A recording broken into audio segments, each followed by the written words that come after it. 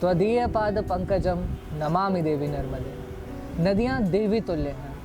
हमारी भारतीय संस्कृति में नदियों को सदियों से पूजा जाता रहा है। हमारी संस्कृति इतनी ममतामयी है कि हम नदियों को माँ कहकर पुकारते हैं। जल ही जीवन है और जल हमें नदियों से प्राप्त होता है, इसलिए नदियाँ हमारी जीवनदायिनी भी हैं। नदियों को साक्षात शक्ति का अवतार माना गया है। तभी तो घोर कलयुग के प्रकोप में भी नदियों की पवित्रता, निर्मलता बनी हुई है। इतनी पवित्रता कि मनुष्य को स्नान मात्र से मोक्ष की प्राप्ति हो जाती है। इतना ही नहीं, नदियों के किनारे ही हमारी संस्कृति और सभ्यता का जन्म भी हुआ।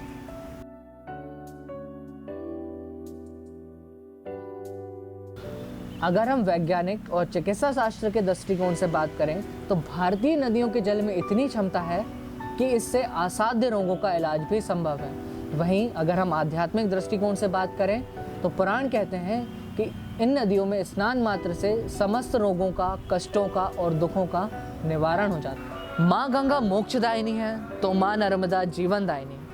माँ नर्मदा के बारे में विशेष व्याख्यान हमारे पुराणों में मिलता है, और हो भी क्यों ना। माँ नर्मदा शिव की पुत्री हैं। माँ नर्मदा को मनुष्य के सभी मर्मों को दूर करने का वरदान प्राप्त है, तभी तो उनका नाम नर्मदा है। वेदों में कहा गया है नर्मदा सरिताम वराम, जिसका अर्थ है माँ नर्मदा सभी नदियों में श्रेष्ठ है। उल्लेखनीय बात यह है कि नर्मदा के तट पर दाह संस्कार करने के बाद माँ गंगा के तट जाने की आवश्यकता नहीं होती, क्योंकि माँ गंगा स्वयं माँ नर्मदा से मिलने आती हैं।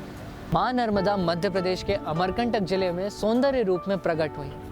आश्चर्य की बात यह है कि भारत की समस्त नदियाँ ऊपर से नीचे की ओर बहती हैं, परंतु माँ नर्मदा का जल प्रवाह नीचे से ऊपर की ओर है। माँ नर्मदा के जल में इतनी क्षमता है कि कालांतरण में लकड़ी को पाषाण में परिवर्तित कर सकता है। इस बात के वैज्ञानिक तथ्य भी मौजूद हैं। माँ नर्मदा से प्राप्त शिवलिंग ही विश्व के समस्त शिव मंदिरों में स्थापित है।